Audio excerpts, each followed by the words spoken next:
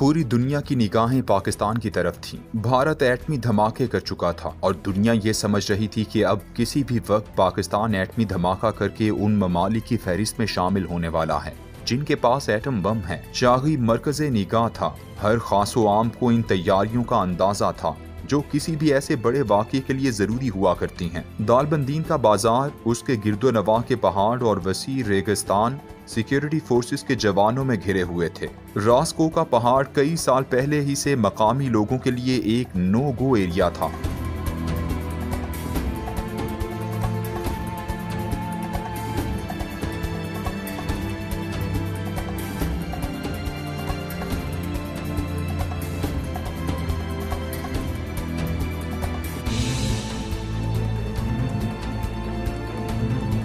आलमी दबाव तो हुकूमत की सतह पर होगा, लेकिन आलमी मीडिया भी राय आमा का एक दबाव तख्लीक करने की कोशिश कर रहा था। एटम बम को इंसानियत दुश्मन करार देते हुए जापान के शहरों हिरोशिमा और नागासाकी की मिसाल दी जाती थी और आलमी ताकतों ने जापान ही को खास तौर पर इस मामले में पाकिस्तान को कायल करने का कहा था। जापानी सफीर अपने साथ चंद अहम सरकारी अफराद को लेकर क्वेटा आया और वहाँ हिरोशिमा और नागासाकी के हवाले से बनाई जाने वाली ऐसी फिल्में दिखाई गईं जो अलमनाक थीं और जिनको देखते हुए कोई अपने आंसू जब्त नहीं कर सकता था। रोटरी क्लब जैसे इदारों के ताउन से लेक्चर हुए। जागी का खुसूसी दौरा भी किया गया। इख्तिताम पर खाने की मेज पर बैठे हुए मैंने जापानी सफीर और उसके साथियों से पूछा कि अगर 1945 में जापान के पास एटम बम होता तो क्या अमेरिका हिरोशिमा और नागासाकी पर एटम बम गिराने की जुर्रत कर सकता था? जापानी सफीर एकदम चौंका और उसका जवाब हकीकत पसंदाना था और वो ये कह उठा, हरगिज नहीं। मैंने उसके साथ होने वाला ये मुकालमा डॉक्टर अब्दुल कदीर खान को बताया तो जैसे कोई शख्स खुशी में एड़ियों पर घूम जाता है वैसे ही वो बेसाख्ता खुश हुए।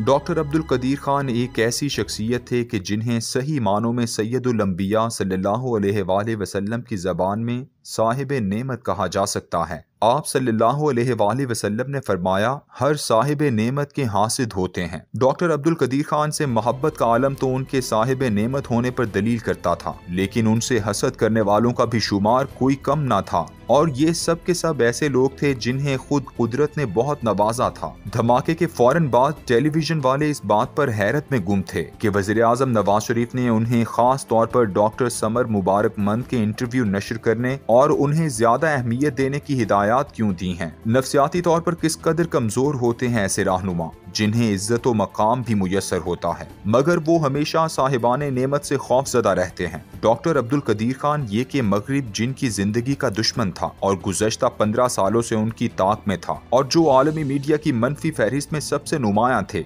ऐसे शख्स की वतन में इज्जत खुद ब खुद हो जाती है। इसके मुकाबले में किसी दूसरे का चिराग जलाना नामुमकिन था। पाकिस्तान का बच्चा बच्चा इस हकीकत से वाकिफ था कि एटमी प्रोग्राम का वही एक हीरो है। लोगों के ख्याल को तकवीयत इस बात से मिलती थी कि पूरा आलम कुफ्र अब्दुल कदीर खान से नफरत करता था, लेकिन पूरा आलम इस्लाम उनसे मोहब्बत करता था। एटमी धमाके के चंद हफ्तों बाद मुझे एशियन डेवलपमेंट बैंक में एक मीटिंग के सिलसिले में मनीला जाना पड़ा। वहाँ मेरी मुलाकात एक अमरीकी मुसलमान से हुई जो सोमालिया में मुसलमानों के जज्बा सब्र रजा को देखकर ऐसा मुसलमान हुआ था कि तकवा के आला मयार पर था।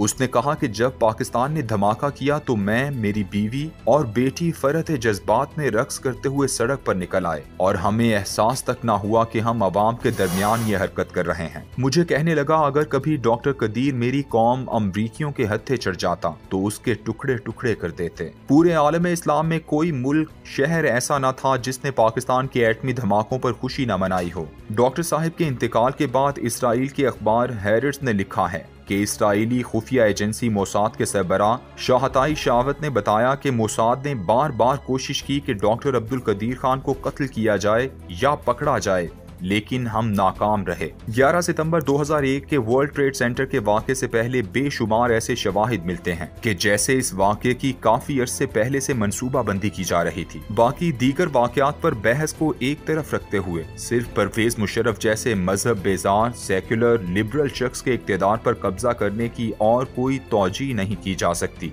सिवाय इसके कि अफगानिस्तान पर अमरीकी हमले के वक्त उन्हें ऐसे ही हुक्मरान की जरूरत थी। हैरानकुन बात यह है कि 11 सितंबर से चंद माह पहले ही परवेज मुशर्रफ ने डॉक्टर अब्दुल कदीर खान को पाकिस्तान के एटमी प्रोग्राम से अलहदा करके उनके खिलाफ एक मनफी प्रोपेगेंडे का आगाज कर दिया था। 11 सितंबर के बाद तो पूरा स्टेज तैयार था। डॉक्टर साहिब के खिलाफ एटमी टेक्नोलॉजी ईरान, लीबिया और कोरिया को देने का इल्जाम लगाया गया। ईरान के जिसके एटमी साइंसदान मोहसिन फरखीजादा ने सेंट्रीफ्यूजेस पकड़े जाने पर फौरन डॉक्टर कदीर खान का नाम लेकर इसराइली ख्वाहिश की तकमील की थी। उसका अंजाम ये हुआ कि उसे 27 नवंबर 2020 को इसराइल की खुफिया एजेंसी मोसाद ने ही हलाक कर दिया। डॉक्टर अब्दुल कदीर खान के खिलाफ दूसरी गवाही लीबिया के कर्नल कज़ाफी की थी। कज़ाफी ने इराक पर हमले के बाद खुद को खतरे में महसूस किया तो CIA और MI6 के साथ गुफ्तगू का आगाज किया और उनको बताया कि वो अपना एटमी प्रोग्राम खत्म करने को तैयार है अगर आलमी ताकतें लीबिया की हिफाजत का जिम्मा ले लें। यूं कज़ाफी ने तमाम इल्जाम डॉक्टर अब्दुल कदीर के सर पर धर दिए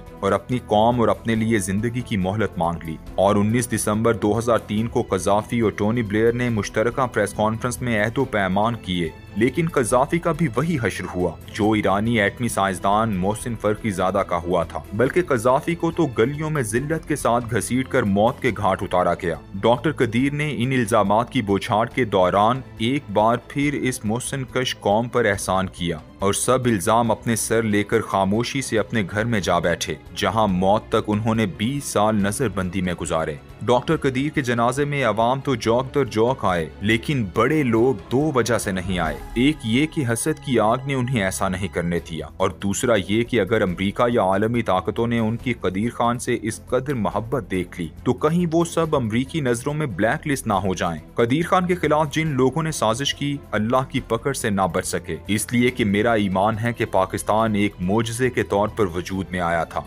और इसका एटमी प्रोग्राम भी इस मोजज़े के तहफ़्फ़ुज़ के लिए एक मोजज़े से कम नहीं है। और मोजज़े जिन लोगों के हाथों वकूअ पज़ीर होते हैं वो अल्लाह की निशानियां होती हैं, अल्लाह को बहुत प्यारे होते हैं, उनको छेड़ने वालों को अल्लाह इबरत का निशान बना देता है।